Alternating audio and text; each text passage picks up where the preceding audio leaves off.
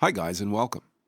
On this video, we're going to review the most common strategies to pay off your student loans faster.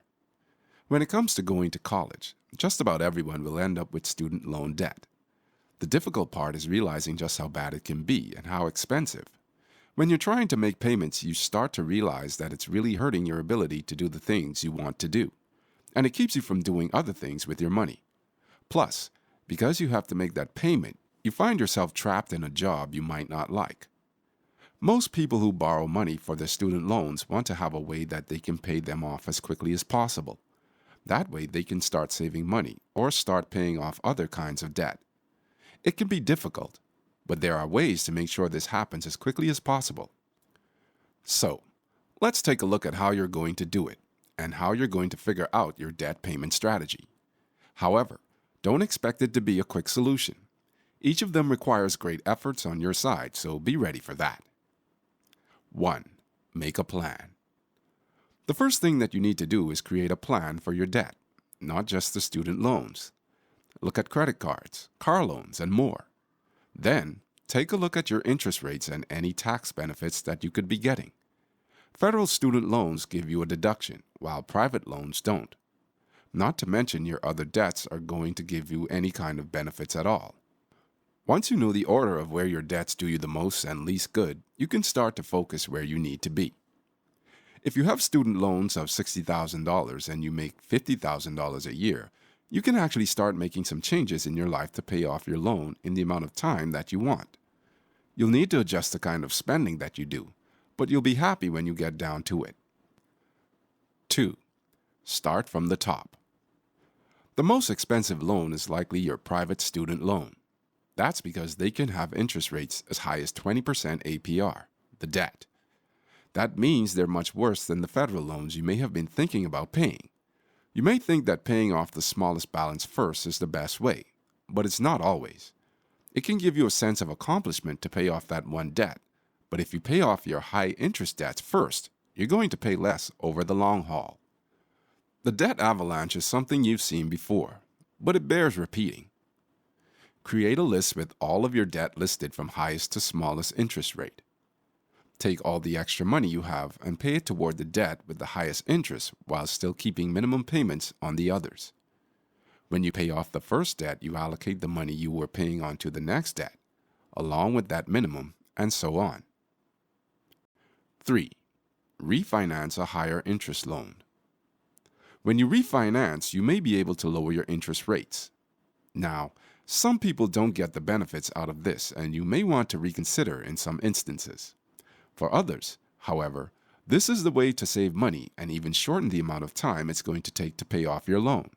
What's even better is that you can keep your payments the same in some instances. In other cases, you may have to increase them, but lowering your interest lowers the amount you pay over the long run. Plus, you're paying more toward the principal instead of the interest.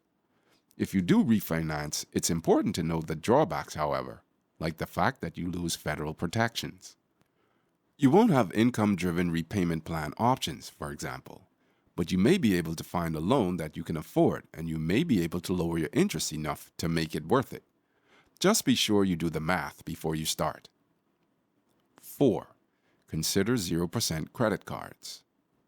While this might not be the optimum idea, if you're not able to refinance a private loan, you can transfer it to a zero-interest credit card. You can check out some college student-specific credit cards or others, but watch for those 0% offers. Many credit cards use these to entice new people, and you may be able to cut your interest by doing this. Now, make sure you're not going to carry the balance over past the promo period, because the interest rate after that 0% is likely to be much more than the interest on your regular loan. 5. Increase your payment. Paying only the minimum every month is not going to get you anywhere fast. Instead, you want to pay a bit more than what you owe.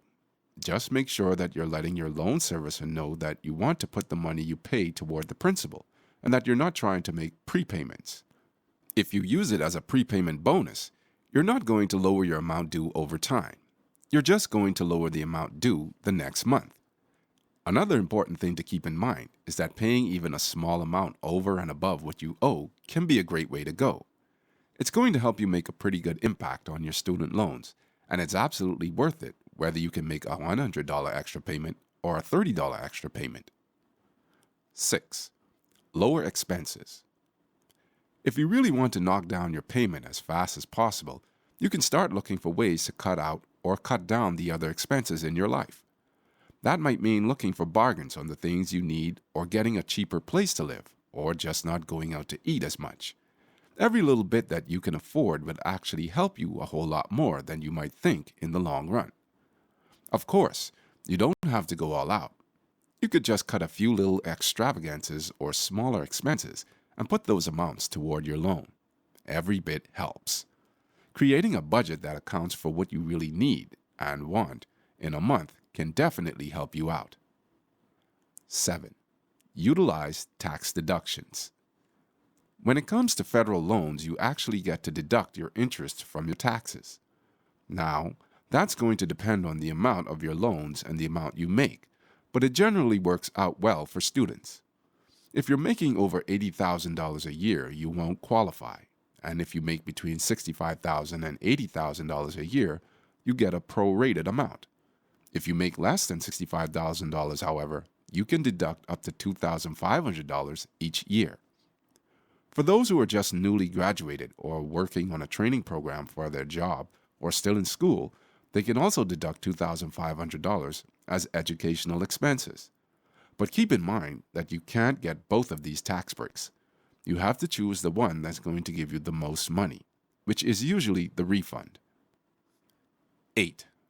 Get a second job. Getting a job that can help you put money toward your debt is always going to be a good idea, but it may not fit in with what you're already doing or what you need in your life. Those who already have a job might not be able to add a second job because they're trying to make it to classes and have time for their work. Also, today there are many ways to make money online. If you can't keep your grades up, then you're going to end up in more debt by taking on that job than you'll be helping. You might find yourself having to take a class a second time, and that is going to make it harder for you, not better. If you have a full-time job, then you may not need to worry about finding another one, but you might be able to make a little extra if you do. 9. Check out loan forgiveness programs. Some types of jobs actually help you pay off your loan more quickly because they eliminate your debt more quickly. If you're working in specific service jobs, such as a public servant, doctor, lawyer, nurse, federal agency, automotive worker, or volunteer organization, you could be eligible for assistance with your loan or even complete forgiveness. You'll want to look into each of these options to get all the help you can. When you're looking for a job, you might find some organizations that are offering student loan assistance. If you can get it, or if you can talk to your employer into it, you may be able to reduce your loans by a decent amount. Include the idea in your negotiations and see how it goes. On the bottom line, the total student debt in our country is huge, and that's something we all need to pay attention to. Just make sure that you know what your student loans look like and that you have a plan for how you're going to pay them off.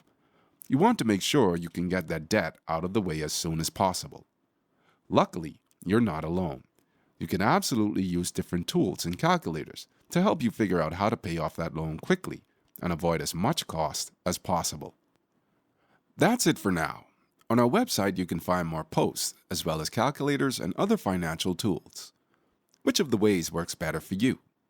We would love to know your thoughts, so feel free to share them with us in the comments below.